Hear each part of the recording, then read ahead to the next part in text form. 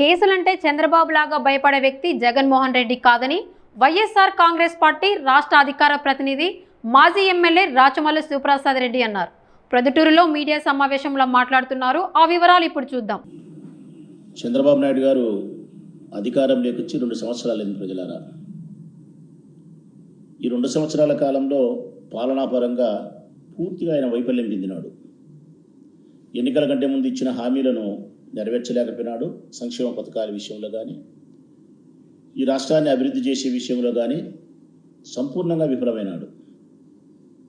సంపద సృష్టించి ఆ సంపదను పేద ప్రజలకు పంచుతానని చెప్పిన ఆయన మాట గాలిమాటగా మిగిలిపోయింది.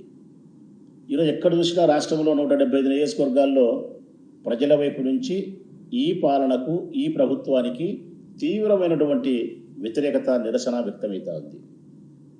ఈ నేపథ్యంలోనే వైఎస్ఆర్ కాంగ్రెస్ పార్టీ అధినాయకుడు జగన్మోహన్ రెడ్డి గారు ఈ ప్రభుత్వం పైన నిరసన కార్యక్రమాలకు షెడ్యూల్ కూడా ప్రకటించినాడు. జూన్ 4వ తారీఖున, జూన్ 8వ తారీఖున, జూన్ 12వ తారీఖున పెద్ద స్థాయిలో రాష్ట్ర వ్యాప్తంగా నిరసనలను వ్యక్తపరచాలా.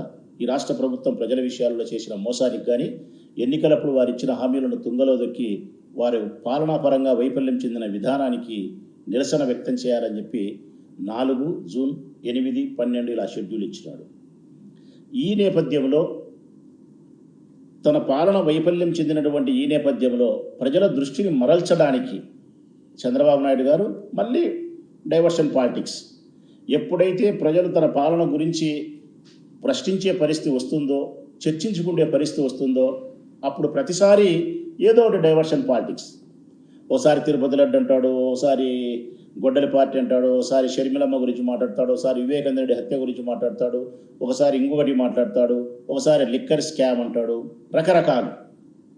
ఇప్పుడు మళ్ళా ఈ 2 సంవత్సరాల తన ప్రభుత్వ పాలన వైఫల్యం చెందిన ఈ సందర్భంలో జగన్మోహన్ రెడ్డి గారి నిరసనలకు షెడ్యూల్ ఇచ్చిన తర్వాత ప్రజలు చర్చించుకోకుండా ఉండడానికి, దృష్టి మరల్చడానికి మళ్ళా పాత కథే కొత్త కోణంలో చూపించే ప్రయత్నం చేస్తున్నాడు. ప్రజలారా, ఆ పాత కథే లిక్కర్ స్కామ్.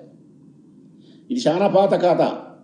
ఎన్నికల కంటే ముందే, అంటే 2024లో మేము ఓడిపోకముందు, ఆయన గెలవకముందే ఎన్నికల ప్రచారంలో భాగంగానే ఆయన ప్రచారం చేస్తూ వచ్చినాడు. ఆయన ప్రజలకు ఇంటి ఇస్తూ వచ్చినాడు.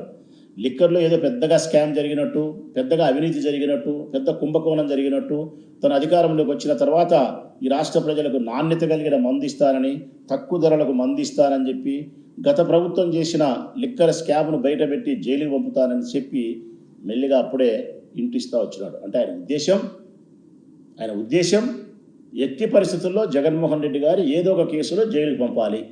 అది 2 నెలలైనా, 3 నెలలైనా, 4 నెలలైనా జగన్మోహన్ రెడ్డి గారిని జైల్లో పెట్టాలి. ప్రతీకారం తీర్చుకోవాలా. ఆయన రాజకీయంగా పలసన చేయాలా. ప్రజల హృదయాలలో ఆయన నేర చరిత్ర కలిగిన వ్యక్తిగా పూర్తిగా చూపించే ప్రయత్నం చేయాలి. ఇది ఆయన లక్ష్యం. ఆ లక్ష్యాన్ని సిద్ధింపజేసుకునే దానికోసమే లిక్కర్ స్కామ్లో అసలు సంబంధం లేని వ్యక్తులందరినీ ఇన్వాల్వ్ చేసినారు. ఎవరెవరు?